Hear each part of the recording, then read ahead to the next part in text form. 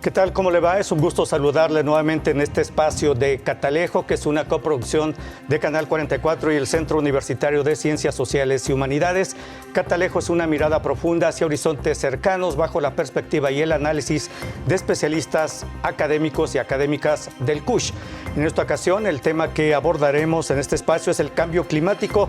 ¿Es posible contenerlo? Y esto a raíz de la reciente reunión de Glasgow, donde se trató este tema precisamente del cambio climático, entre otras cosas. Para hablar sobre ello hemos invitado a la doctora Ana Berta Cuevas Tello, profesora investigadora del Departamento de Estudios del Pacífico del CUSH. Doctora, bienvenida, gracias por estar con nosotros. Gracias por la invitación. La doctora Marcela López Vallejo Olvera, profesora investigadora del Departamento de Estudios del Pacífico, también del CUSH. Doctora, bienvenida, gracias por estar con nosotros. Gracias, buenas noches. Y la maestra Melanie Cuevas Luna, egresada de la maestría en Global Politics and Trans-Pacific Studies del CUSH. Maestra, bienvenida, gracias por estar con nosotros. Gracias. Bueno, recientemente, y digo recientemente porque fue en el 2009, cuando el Centro de Resiliencia de Estocolmo dio a conocer un documento que habla sobre los 9 límites planetarios que hacen el equilibrio para que haya vida saludable en este planeta, en la Tierra concretamente. Y este Centro de Resiliencia de Estocolmo dio la voz de alarma. Ya se sobrepasaron 4 de estos límites. Los 4 límites que se han sobrepasado es la integridad de la biosfera, los flujos bioquímicos, y los que están ya es el cambio del uso del suelo también, los flujos bioquímicos que tienen que ver con fósforo y nitrógeno, y el más conocido por todos y del que hablaremos es el cambio climático. Y sobre este tema, ¿qué experiencia o qué conclusiones le da a usted esta reunión recientemente de Glasgow, donde se habló precisamente del cambio climático y, bueno, algunos acuerdos que se tomaron y que abordaremos más adelante? Doctora, empezamos con usted, por favor. Bueno, pues esta reunión en realidad es cada año.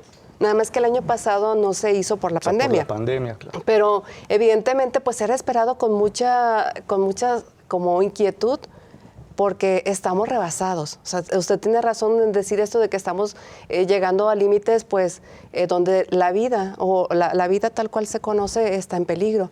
Ahorita, de acuerdo a los científicos, por ejemplo, pasar el 1.5 grados Celsius de temperatura pone en riesgo la vida, o sea, el bienestar de la población se pone en riesgo y ya estamos a 1.1. Entonces, la verdad es que la expectativa del mundo, de los científicos, académicos, de la población en general en esta cumbre era muy alta. Y bueno, desafortunadamente, pues los resultados fueron insuficientes, si podemos decir. Entonces, especialmente lo que aquí se pedía mucho era justicia climática. Si nosotros veíamos así como las pancartas decían justicia climática, justicia climática. Entonces, hay que entender, por ejemplo, que cuando hablamos de justicia climática, es que partimos del principio de que la situación en la que estamos ahorita de cambio climático es generada por un puñado de países, en realidad. O sea, todos contribuimos, o sea, hasta los seres humanos, pero el gran porcentaje... Cuando usamos la computadora, por ejemplo. Sí, o sea, cuando prendemos, sí, cualquier cosa que utilicemos combustibles fósiles. Pero en realidad las emisiones acumuladas se las carga a unos cuantos países. Por ejemplo, entre ellos está Estados Unidos. De las emisiones acumuladas, pues el 20%, después le sigue China, Rusia. Entonces, por eso es que la población decía justicia climática, porque, o sea, es un puñado de países nada más los que han como contribuido a que llegáramos a esta situación en la que estamos ahorita, pero en realidad los que vamos a vivir las peores consecuencias son los países que menos han contribuido a esto. Así es. Entonces, por eso es que se parte del hecho, o más bien del principio de que ellos tienen una deuda climática con el resto del mundo, porque el riesgo es para todos, pero la vulnerabilidad es diferente. Entonces, hay países que son más vulnerables que otros, sectores económicos más vulnerables que otros, personas más vulnerables que otras. Entonces, por eso es que se dice que hay una deuda climática con el resto del mundo. Por eso es que se les exige a ellos, por un lado, que reduzcan sus emisiones de gases de efecto invernadero y por el otro, que generen un fondo económico para que estos países, el resto de los países, puedan ellos también hacer su transición a las energías renovables. Limpias, así sí. es, pero al mismo tiempo puedan tener medidas de adaptación o de prevención para todos los acontecimientos y desastres naturales que genera el cambio climático. Sí, precisamente el acuerdo que pudieron haber generado China y Estados Unidos, pues levantó muchas expectativas, pero el acuerdo que hicieron, o cuando menos lo que se hizo público, fue totalmente insuficiente. Gracias, doctora. Regresamos con usted más adelante. Y bueno, de hecho, como dice la doctora López Vallejo, desde la Revolución Industrial la temperatura global ha subido 1.1 grados centígrados. Este aumento es el responsable de los fenómenos climáticos extremos que cada vez se producen con mayor frecuencia y lo hemos visto incluso aquí en zona metropolitana, pues hablaremos de ello más adelante. Según Naciones Unidas, hoy en día tenemos 5 veces más desastres meteorológicos que en 1970 y son 7 veces más costosos. Las consecuencias son más devastación y más muertes. Doctora, ¿qué nos comenta al respecto? Pues mira, yo quisiera proponerles 3 imágenes que impactaron al mundo en esta cumbre climática. El primero es el ministro de Relaciones Exteriores de Tuvalu, una isla en el Pacífico, que cada año se inunda y se tiene que relocalizar todo el estado, pues todo el país, a otro lugar en donde les den refugio, ¿no? Y entonces el discurso fue impactante porque lo da con el agua a las rodillas, en un área inundada, ¿no? Bueno, eso generó lágrimas, generó indignación, etcétera, y refuerza lo que dice la doctora Ana Berta, ¿no? Los países como esta isla que, bueno, no han quemado nada de combustible en el mundo, históricamente, han sufrido grandes consecuencias, ¿no? La segunda imagen que creo que nos impactó al mundo entero fue cuando el presidente de la COP, Alok Sharma, un político británico encargado de todo esto, en la clausura no pudo contener las lágrimas y pidió perdón, dijo, perdónenme, no pude lograr el objetivo. Entonces, ya de entrada ya tenemos 2 imágenes de frustración, ¿no? En la COP26. Y una tercera imagen que creo que todos vimos y de alguna manera disfrutamos fue cuando la activista Greta Thunberg, ¿no? Afuera con un altavoz invitó a toda la gente que estaba ahí y dijo, esto es liderazgo, no lo que está pasando ahí dentro, ¿no? Entonces, creo que el mensaje de estas imágenes y de esta frustración lo resume muy bien y digo, desgraciadamente así fue. Antonio Guterres, el secretario general de la ONU, en su mensaje de clausura, que fue grabado, fue video grabado, y fue muy corto, muy sencillo, pero nos decía, sí hubo muchos compromisos, como el de China con Estados Unidos, y muchos otros, ¿no? que más adelante discutiremos, pero no fue suficiente. Tenemos que poner el modo emergencia, porque esto, la ciencia nos lo ha dicho, ¿no? Sacaron un reporte en el IPCC, el Panel Intergubernamental de Cambio Climático, hace unas semanas, diciendo, si no reducimos 45% de emisiones de gas de efecto invernadero en esta década, como dice usted, olvídenlo. Apagamos la luz y nos vamos, porque ya no hay punto de retorno. Bueno, es que no habrá quien la pague, ¿no? Bueno, exactamente, ¿no? Entonces, a mí me gustaría elaborar un poco más sobre estas imágenes que reflejan estos compromisos, pero también los límites a estos compromisos, sí, en el siguiente. Sí, por supuesto. De hecho, en el siguiente bloque abordaremos parte de estos compromisos. Bueno, la comunidad científica afirma que para evitar que las consecuencias del cambio climático sean peores, es necesario que el aumento de la temperatura se mantenga en el entorno de 1.5 grados, ¿no? No obstante, también esta comunidad afirma que si seguimos como en la actualidad para fines de este ciclo, el incremento puede llegar a los 4.4 grados, lo cual, pues obviamente, a lo mejor no estaríamos ya en este mundo, sería totalmente catastrófico. Maestra, ¿qué nos comenta al respecto sobre la COP de este 2021? Bueno, a mí me gustaría decir que estos compromisos, como ya comentaron anteriormente, no son... O sea, la gente está molesta, hay frustración y algunos miembros de la comunidad internacional, también como los países más vulnerables, están bastante frustrados por la situación. Sin embargo, a pesar de todos los esfuerzos, yo siento que a partir del 2015 hubo un parteaguas en el cambio climático. Es necesario también mencionar que la comunidad internacional pues ha hecho esfuerzos, ¿no? No solamente todo es negativo o todo es frustración, sino que realmente se han hecho los esfuerzos y algunos países sí han hecho compromisos a partir de esta cumbre, a partir de lo que es el Acuerdo de París, ¿no?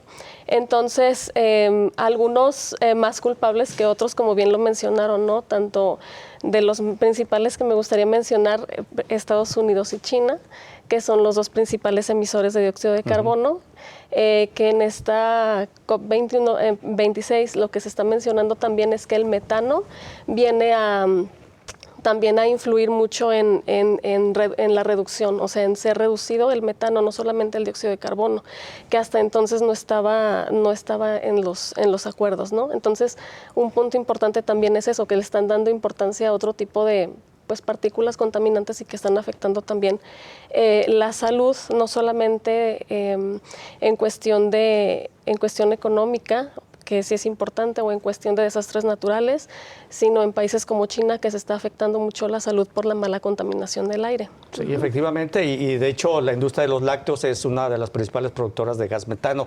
De esto también hablaremos más adelante. Permítanos, vamos a hacer una pausa breve. Regresamos, esto es Catalejo, coproducción de Canal 44 y el CUSH. Ya volvemos.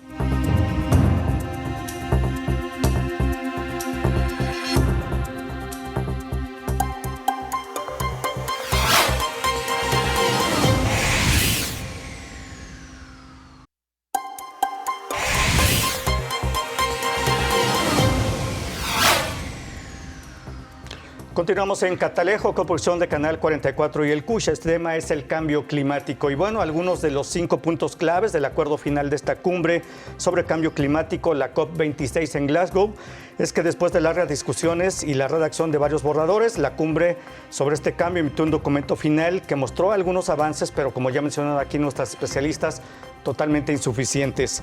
También se instó a países desarrollados a que por lo menos dupliquen sus provisiones colectivas de financiamiento dirigidas a los países en vías de desarrollo. Y los 5 puntos claves es, se insta, y esto es algo que generó críticas porque en lugar de comprometer a los países únicamente se les instó a que puedan duplicar los fondos para los países en desarrollo para ayudarles a adaptarse a este cambio climático, como ya mencionó la doctora. Se les solicitó a los países actualizar a más tardar el año que sigue, entrante, sus metas de reducción de carbono para el 2030. Se hizo un llamado para reducir gradualmente el uso del carbón como fuente de energía y los subsidios a los combustibles fósiles ineficientes. Se hizo énfasis en la necesidad de aumentar significativamente el apoyo a países en desarrollo más allá de los $100,000 millones al año, y se estableció un diálogo para examinar el tema de dinero a cambio del daño que el cambio climático ya ha causado en el mundo. Doctora, regresamos con usted. ¿Qué opina de estos 5 puntos claves o parte de los acuerdos de esta COP26? Pues la verdad es que es una lástima. No sé, me parece como que los tomadores de decisiones no les queda claro que esto es una emergencia, que evidentemente vivimos en una sociedad de riesgos, pero que el más importante es el riesgo del cambio climático. De hecho, el cambio climático va a perjudicar los demás riesgos, los demás temas de la agenda internacional. No se van a poder solucionar si no se priorizan el cambio climático. Las pandemias, el hambre, la pobreza, todo eso se va a incrementar. Entonces, aquí estamos haciendo así como, si pueden, si quieren, se insta, bueno, háganlo. Como que está apelando únicamente a la buena voluntad, ¿no? Así es, sí. Pero de todas maneras, no los culpo tanto, les voy a decir. ¿Por qué? Porque en el protocolo de Kioto, por ejemplo, que es el que estaba anteriormente, antes del Acuerdo de París, sí había un acuerdo jurídicamente vinculante, sí era obligatorio. De todas maneras, llegamos al periodo y ni siquiera cercanamente se cumplió nada. Entonces, por eso es que, pues, no les queda de otra así como, bueno, es que vean, o sea, si eso es una amenaza, bueno, aquí están los científicos, acaba de salir, como dijo la doctora Marcela, el informe del IPCC y vean, o sea, es importante esto. Pero, no sé, me da la impresión como que creen que el cambio climático va a esperar.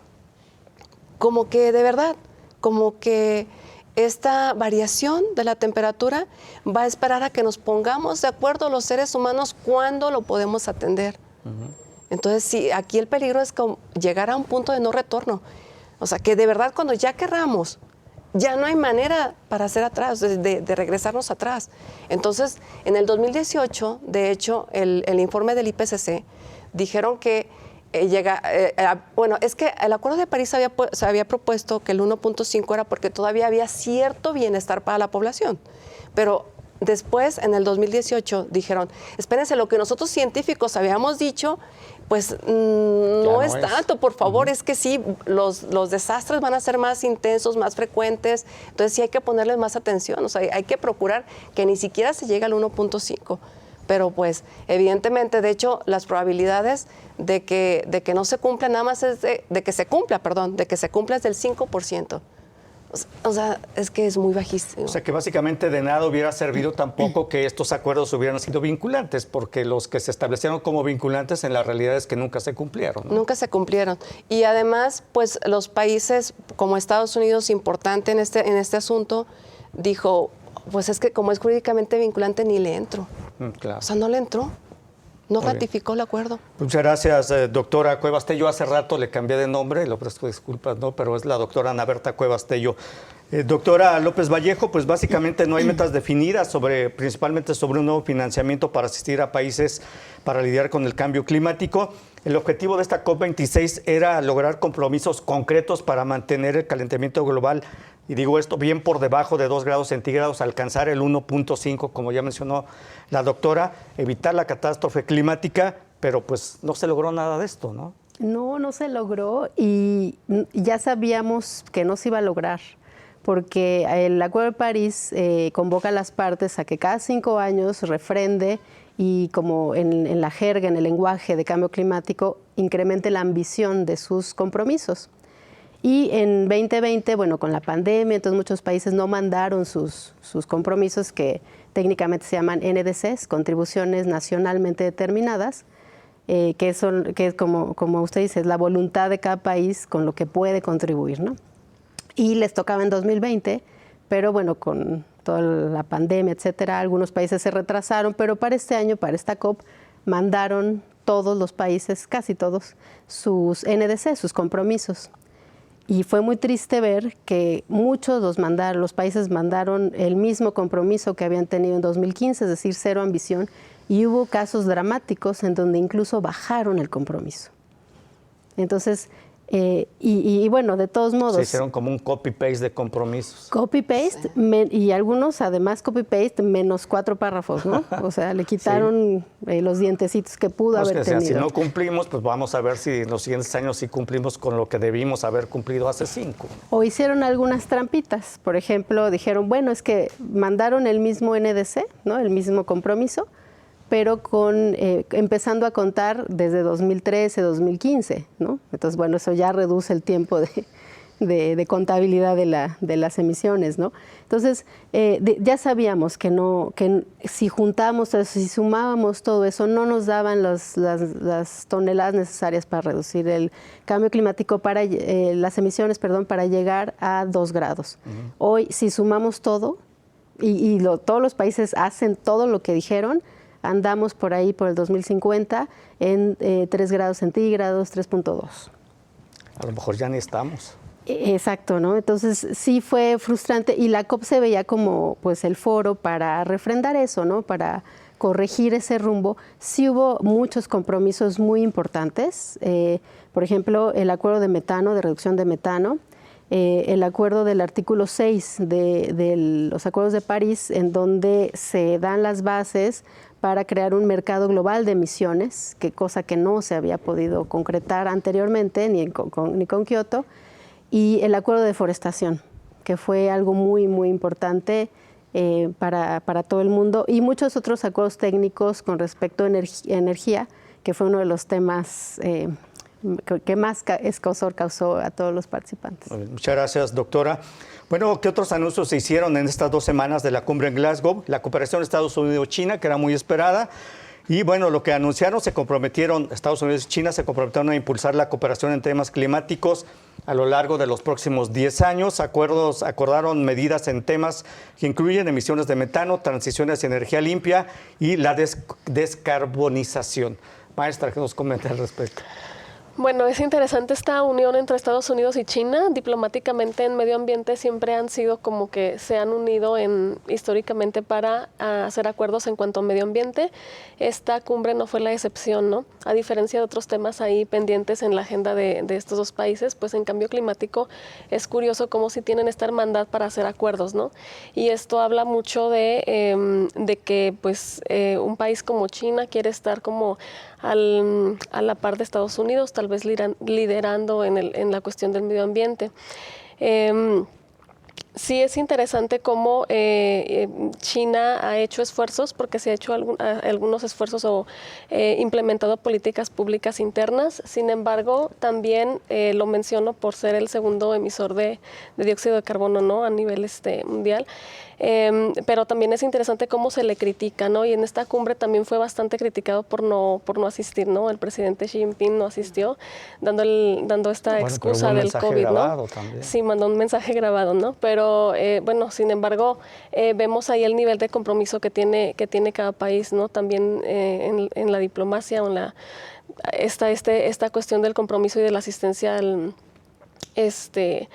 pues a los acuerdos y al cumplimiento de los acuerdos. Vemos que también de los acuerdos económicos que se tenían que dar en 10 años realmente no se han cumplido tampoco, ¿no? Que los países desarrollados tenían que estar subsidiando, vamos a decir, en cuanto a vulnerabilidad de los países más pequeños o más vulnerables, pues realmente no se han cumplido. También hay una deuda en cuanto a financiamiento. Entonces, pues sí deja muchas cosas que desear también la cumbre, ¿no? O sea, por eso mucha frustración, por eso mucha cuestión de...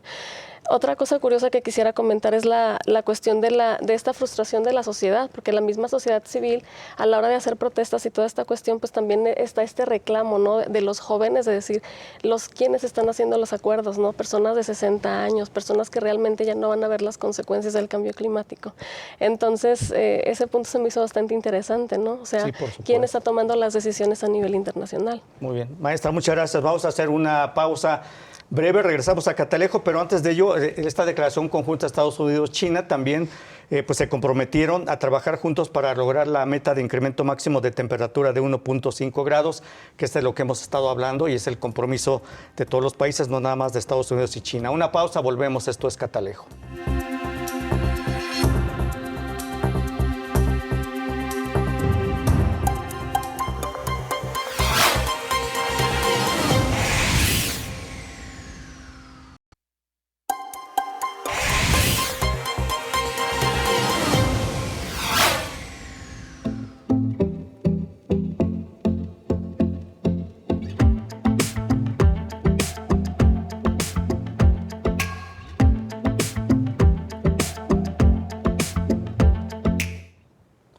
Continuamos en Catalejo, una mirada profunda hacia horizontes cercanos. El tema es el cambio climático. ¿Es posible revertirlo, contenerlo? De eso estamos hablando en esta emisión. Uno de los acuerdos de la COP26 fue precisamente el que ya hacía mención la doctora López Vallejo, que es el tema de forestación, no deforestación, sino forestación. Los líderes de más de 100 países se comprometieron a reducir en 85%, frenar la deforestación para el 2030. Esto es algo muy importante. ¿Y por qué importa? Porque los árboles pueden absorber grandes cantidades de dióxido de carbono, uno de los gases claves de este efecto invernadero que contribuyen al calentamiento global. ¿Es suficiente uno de los acuerdos, doctora? Pues a lo mejor no es suficiente, pero sí era necesario, ¿eh? En realidad, los bosques no solamente son sumideros naturales de dióxido de carbono, sino que también cuando se queman, generan el dióxido, o sea, lo avientan. Entonces, ellos también, de hecho, también los bosques en mal estado generan continuamente emisiones de gases de efecto invernadero. Por eso es importante tenerlos, o sea, estando los bosques de manera saludable, pues los bosques son sumideros naturales, o sea, atrapan el dióxido de carbono al igual que los océanos. Entonces, son importantísimos, sí. Pero también es importante no destruirlos porque entonces genera la contraparte. Pero además los bosques generan externalidades positivas, es decir, completan el ciclo del agua, son hogar para una gran cantidad de flora y fauna, que son importantes también para los seres humanos. O sea, en realidad los bosques es como lo que debemos de priorizar. O sea, se tiene que priorizar porque esos son así como los sumideros naturales. Entonces sí es importante. Ahora, qué bueno que se hizo porque tanto China como Estados Unidos, son grandes importadores de madera. Porque si usted revisa, por ejemplo, sus cifras de deforestación, es decir, ¿qué tanto deforestan? Ellos casi no deforestan, ¿eh? Al contrario, China, por ejemplo, tiene plantaciones, está creciendo su área forestal, pero se está acabando los bosques de los vecinos. Y estamos en un planeta, o sea, el planeta, o sea, es lo mismo, o sea, debemos de cuidar en general los bosques del planeta. No, nada más yo cuido los míos. Además, cuando se habla de plantaciones, las plantaciones no necesariamente son bosques. O sea, lo importante es los bosques naturales, no estos árboles que se plantan después como para comercializarlos, que crecen rápido, que tienen así alguna función específica, sino que hay que cuidar los bosques nativos. Entonces, sí, la plantación, pero procurando que sea para siempre, o sea, no que se vea con fines comerciales. Pero sí, o sea, Estados Unidos tienen esta característica. No recuerdo si son el primero y el segundo lugar, pero se lo compiten entre ellos, de ser importadores de madera. Entonces, pues... Y no deforestan ellos. Casi no. Bueno, Estados Unidos sí se eleva, si nosotros revisamos sus cifras, está disminuyendo, pero porque ellos están teniendo muchos incendios forestales. O sea, no tanto por... Efecto del cambio climático. Así es, por efecto del cambio climático. Sí. Además, sí es importante esto de que están haciendo, por ejemplo, acuerdos entre China y Estados Unidos, porque además de que son líderes mundiales, y eso es lo que hace un líder, es lo que hace un hegemón en el sistema internacional, es que además ellos son sumamente vulnerables a los impactos negativos. Fíjese, del periodo, hay un estudio que se hizo del 2000 al 2019 de cuántos desastres naturales ha habido en el mundo. Y los países más afectados han sido China y después Estados Unidos en impactos. Pero esto no quiere decir, cuando se mide la vulnerabilidad debemos entenderla no solamente en impactos, sino que también en la sensibilidad. ¿Qué tan sensible es la ciudadanía, la población, la estructura? Pero la más importante es la capacidad de respuesta. Entonces, pues sí, han sido muy golpeados, pero no son tan sensibles, por ejemplo, en la capacidad de respuesta. O sea, tienen la estructura. Responden rápido. Así es. Y además tienen fondos de prevención y tienen además fondos para responder cuando hay un desastre, que no ocurre en otros países que son pobres. Muy bien. Muchas gracias, doctora. Otro anuncio importante sobre el tema del metano. Se anunció un programa para reducir 30% las actuales emisiones de metano para el 2030. Fue acordado por más de 100 países. ¿Y por qué es importante? Bueno, porque el metano es uno de los gases de efecto invernadero más potentes y actualmente es responsable del tercio del calentamiento causado por humanos. La mayoría está producida por actividades como la cría de ganado y eliminación de desechos, la industria láctea y también la industria de cárnicos en Argentina. Doctora López Vallejo, de este tema, ¿por qué es importante el tema del metano? Es fundamental porque aunque el metano está dentro de los 6 gases de efecto invernadero regulados por Kioto y por París, todo se había enfocado en el CO2, bueno, casi todo. Todos los otros gases se habían dejado de lado. El metano tiene un potencial de calentamiento bajo, pero hay mucho metano, ¿no? El CO2 tiene un potencial de calentamiento muy bajo, es decir, un cubito una unidad de dióxido de carbono calienta una unidad de aire, ¿no? El metano calienta mucho más que eso, ¿no? Entonces, aunque hay menos, pues digamos que calienta más en la atmósfera, ¿no? Y es importante por 2 razones. Uno, porque hay países que sus emisiones, si uno ve sus matrices energéticas y sus matrices de emisiones, la emisión número 1 es el metano, como el caso de Argentina, ¿no? Brasil tiene, su principal emisión es deforestación, claramente en el Amazonas, pero después es metano. Entonces, esa es la razón, porque hay grandes emisores que no estaban realmente obligados a nada. Y la segunda razón es porque en los tratados de libre comercio, uno de los sectores en el mundo, uno de los sectores principales de comercio es el de los lácteos y de los cárnicos. Y entonces, como decía la doctora, se externaliza toda la contaminación de un país hacia otro, de un importador a un exportador. Y eso no se había realmente discutido en el foro de cambio climático, ¿no? Es importante este acuerdo, pero lo que no fue muy importante y fue muy desalentador, por el contrario, fue que los grandes emisores de metano, como China, Rusia e India, no se comprometieron a nada, no firmaron este acuerdo, ¿no?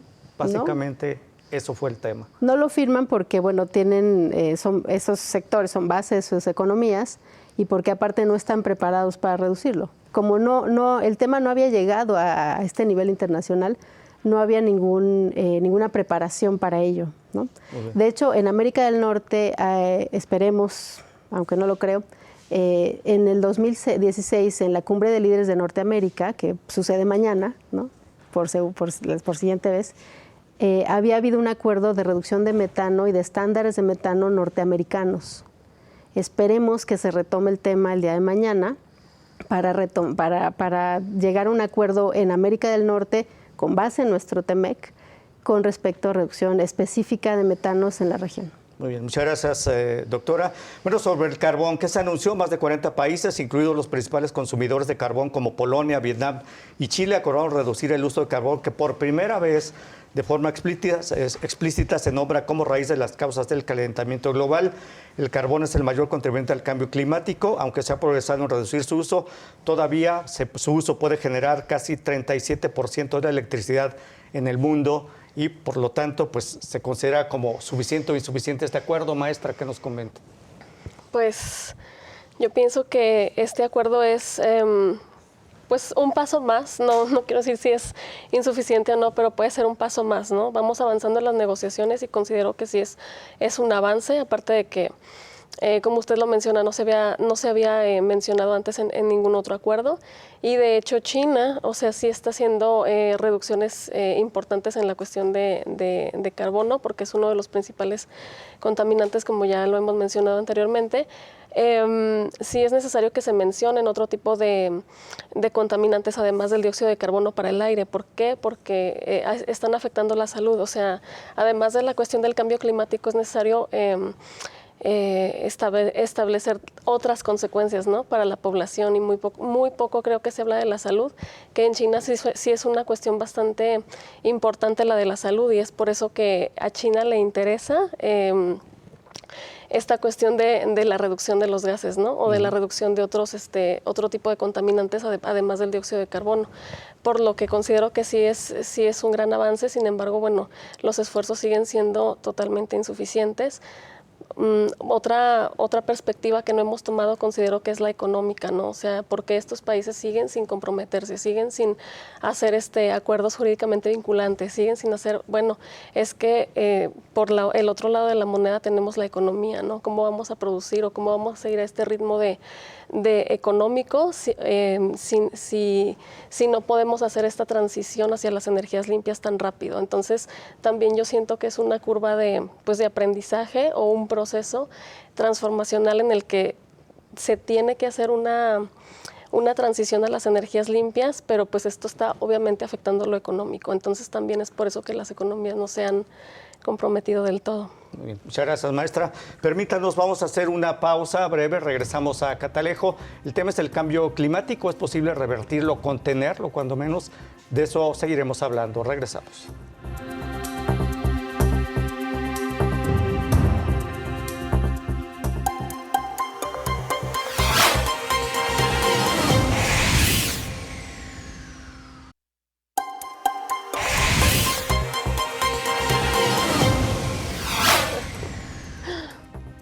Bueno, continuamos en Catalejo, coproducción de Canal 44 y el CUSH. El tema es el cambio climático. Sobre el tema del dinero que se anunció en la COP26, bueno, 450 organizaciones financieras, que entre ellas controlan 130 billones de dólares, acordaron respaldar tecnología limpia como la energía renovable y financiamiento directo para quienes se alejen de las industrias de combustibles fósiles. ¿Por qué es importante esto? Bueno, la iniciativa es un intento de vincular a las empresas privadas para alcanzar las metas de cero neto y comprometerlas a financiar tecnología verde. La pregunta, ¿es suficiente esto? Pues no. Obviamente también hay desaliento sobre este acuerdo. ¿Y México? ¿Qué pasó con México? ¿A qué se comprometió México en esta COP26? ¿Quiénes fueron de México a esta COP? ¿Y cuáles fueron los compromisos de nuestro país? Doctora, empezamos con usted, con la doctora López. Doctora López Vallejo, platíquenos. ¿Y México qué hizo? Pues bueno, México como cada año tiene una presencia importante, acompañada de diversas secretarías, de diversos funcionarios, con el liderazgo de nuestra Cancillería de Relaciones Exteriores. En este caso, la maestra Marta Delgado fue líder ahí de la delegación y mucha gente con mucha experiencia en el tema, ¿no? Y además llevaron un grupo de jóvenes que fue muy interesante como delegados, ¿no? Sin embargo, creo que pues los compromisos de México fueron muy limitados porque no teníamos cómo comprometernos. Y en este sentido, permítame ser honesta, pues yo agradezco que México no se haya comprometido a cosas que realmente no íbamos a poder cumplir. Que no fue a comprometerse para salir en la foto, ¿no? Simplemente fue a comprometerse con lo que quizá podemos hacer, no más. Y eso, la verdad, bueno, desde mi punto de vista, siendo parte de la academia y desde un punto de vista crítico, yo lo agradezco. Que fuimos honestos y dijimos, en este tema no podemos, en este tema sí podemos. Por ejemplo, sí pudimos firmar un acuerdo, el que mencionábamos en el bloque anterior, de forestación, con un programa en México, vendiendo un programa en México que, bueno, es desde mi punto de vista un tanto limitado para el objetivo de forestación, pero con el argumento de desarrollo social y bienestar. ¿A qué programa se refiere? ¿El de Sembrando Vida? El de Sembrando Vidas, sí. ¿Y realmente están sembrando vida? Pues como le digo, para el objetivo de reforestación o forestación, desde mi punto de vista no es tan pertinente. Hay diversos estudios ecológicos en donde se demuestra que para forestar necesita uno tener diversidad biológica y que este programa no lo promueve, ¿no? Sin embargo, para el otro argumento que fuimos a presentar a la COP26, que fue el de justicia social y el de justicia social internacional, parece que funcionó bastante bien en términos de que México propuso un esquema de compensaciones, además del financiamiento de los 100,000 millones de dólares que, bueno, no se han juntado, pues, ¿no? Claro. Con una compensación a los países más afectados y más vulnerables. Este acuerdo fue exitosísimo, muchos países vulnerables se sumaron a él. Entonces, nuestra participación, digamos, fue ambivalente, ¿no? Propusimos programas que ya teníamos en México, pero con el enfoque de justicia social, no tanto con el enfoque de integridad ecológica. De hecho, este programa Sembrando Vidas dicen que no coadyuva precisamente al objetivo que es forestar, sino todo lo contrario. Exacto. Más bien provoca deforestación, ¿no? En la zona, y sobre todo con la obra del Tren Maya en esa zona del país, pues están acabando con muchas zonas boscosas. Y mucho menos podemos hablar de que México se hubiera comprometido a reducir el uso del carbón, cuando aquí ya sabemos que, bueno, uno de los senadores del partido en el gobierno actualmente es uno de los principales líderes de la producción de carbón y explotación de carbón, y cuenta con el apoyo del gobierno federal, y además la CFE, pues, ¿qué va a utilizar para generar electricidad? Carbón, ¿no? Eso es lo que están diciendo las actuales autoridades. Con este panorama, México, le pregunto nuevamente, doctora, ¿y México qué hizo? No, la verdad es que creo que no estamos tomando las mejores decisiones. Pues, por ejemplo, hay mucha simulación. De hecho, en los pocos programas que hay simulación. Por ejemplo, en este de Sembrando Vidas o en algún otro programa de plantaciones, hasta incluso se da el banderazo, vemos en la televisión que plantan los árboles, o sea, es real, pero no se le da seguimiento. Y a este tipo de acciones o de programas se les tiene que dar seguimiento para ver que de veras, pues, el arbolito no se haya agarrado plaga, o sea, pues es todo como un seguimiento. Pero además, todavía, por ejemplo, en cuestiones que sí deberíamos de preocuparnos, porque México sí es muy vulnerable al cambio climático, especialmente porque tenemos salida al océano por 2 lados, y porque además tenemos escasez de agua, y porque además tenemos 55 millones de personas viviendo en la pobreza. Entonces, por ejemplo, esos fondos que había para hacerle frente a los desastres naturales, pues ahorita no están así como muy clasificados. ¿No? Desaparecieron el Fonden, así es, doctora, entonces, ¿no? Para empezar. Así es, entonces están así como que, bueno, la Secretaría de Hacienda que los proponga, o sea, todavía no está así como muy claro de dónde se va a sacar el dinero, y luego después se le aventó la bolita que a las entidades federativas, o sea, ustedes más bien, pero no hay todavía como claridad de cómo les van a hacer llegar el dinero o de dónde van a sacar el recurso. Entonces, la verdad es que en ese sentido, a mí más me preocupa México en ese sentido, en la vulnerabilidad, más que en las acciones, porque, bueno, en realidad sí es como el número 17 también dentro de todos los países, como más o menos como el número 17 de los que han emitido gases de efecto invernadero acumulados. O sea, sí está como en el lugar número 17, o sea, también sí está como dentro de los principales, no de los primeros.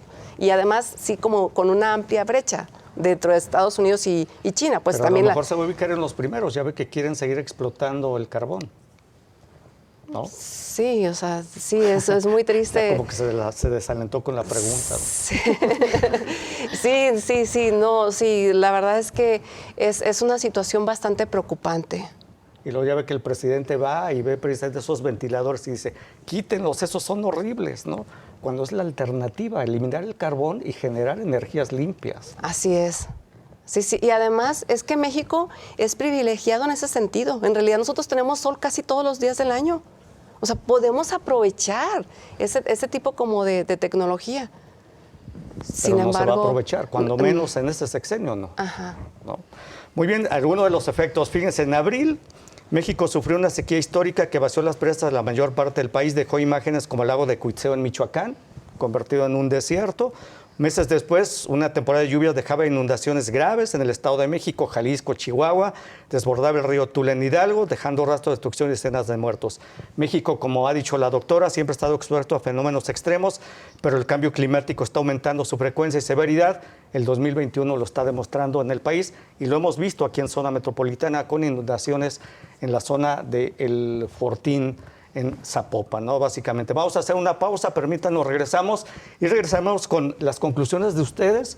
Y bueno, y unas conclusiones y una pregunta sería, ¿vamos preparando el testamento ya o qué hacemos, ¿no? Regresamos, esto es Catalejo, coproducción de Canal 44 y El Cuyo.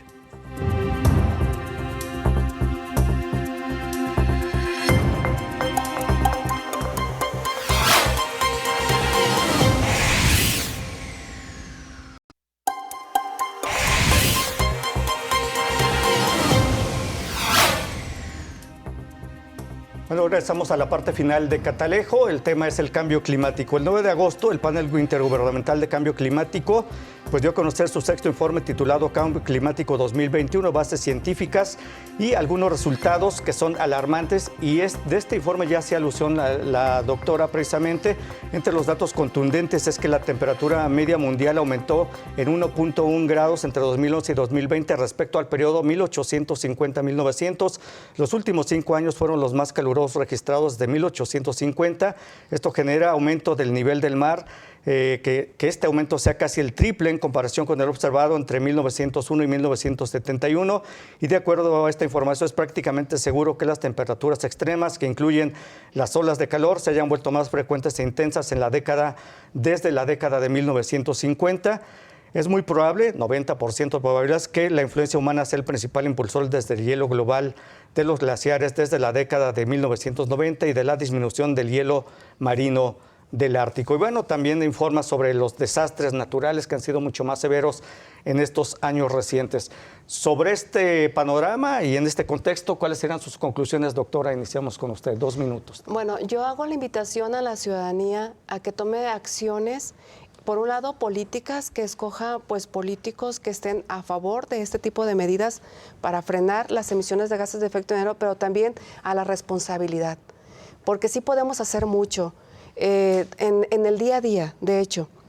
Y también sabemos que hay empresas que son las principales contaminadoras, que contaminan más que algunos países, por ejemplo, y que nosotros también tenemos la posibilidad de no comprarles. Es que no solamente es decir, que Coca-Cola se está acabando el agua del mundo. Pues no, es que no consumas Coca-Cola, es que tú también tienes ese poder. Cuando tú decides a qué consumir, en realidad estás decidiendo mucho. Entonces yo eso le hago un llamado a las personas de utilizar menos combustibles fósiles, pero también a castigar a las empresas que están generando los gases de efecto invernadero. Sí. Doctora, pues no debes partir una iniciativa desde el propio nivel de gobierno. En unos países, por ejemplo, leí que unas naciones ya están prohibiendo la entrada de productos en donde su producción tenga que ver con procesos de deforestación.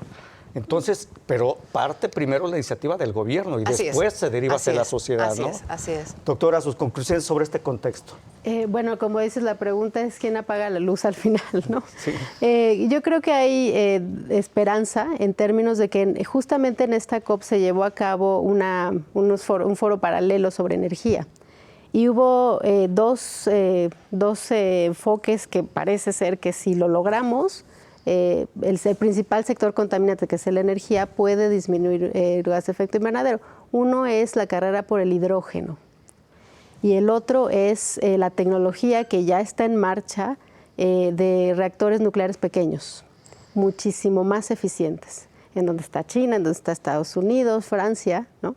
Y muchos países europeos además han prohibido ya al 2050 la producción de vehículos de combustión, ¿no? Sí. Entonces, creo que sí vamos avanzando, especialmente en el tema energético. Hay tendencias que en cuestiones de tecnología nos pueden llevar a otro escenario menos dramático. Sin embargo, creo que hay que, como país, como México, hay que subirnos a ese tren de investigación, de apoyo a tecnología nueva, innovación, por supuesto las renovables, ¿no? Es decir, tenemos que la tecnología está ahí y cada vez es más barata. Creo que hay que apostarle a eso. Y para cerrar, bueno, me sumo al comentario de la doctora Ana, cualquier esfuerzo, por pequeño que sea, cuenta y es acumulable, como el de las ciudades, y con esto cierro. El gobierno de Jalisco recibió un premio, el Premio de Acción Climática, porque tiene un plan de acción climática de manejo de emisiones, pero además tiene una hoja de ruta de implementación. Entonces, creo que energía y ciudades son temas que tenemos que estar buscando y que estar esforzándonos por impulsar. ¿Y fue merecido el reconocimiento para Jalisco? Digo, le pregunto esto porque cuando uno ve el desastre que está hecha la ciudad, Claro, las inundaciones, los incendios, cuando es temporada de incendios, dice, bueno, pues, ¿qué se está haciendo en Jalisco? El premio, hay que ser precisos, el premio fue porque ya tienen una hoja de ruta de cómo implementarlo. Bueno, pero todavía no lo implementan. Claro, pero bueno, por lo menos... Cuando menos tienen intención, ¿no? Imagínense qué tan mal estamos que nada más por saber, tener un plan de acción, el mundo se hace una fiesta, ¿no? No, imagínese, que recibir un premio por buenas intenciones que se tienen en el papel, qué bueno. ¿Sus conclusiones, maestra, sobre este tema? Bueno, que realmente los países y los estados realmente se están dando cuenta de que sí tenemos que llevar a cabo acciones climáticas.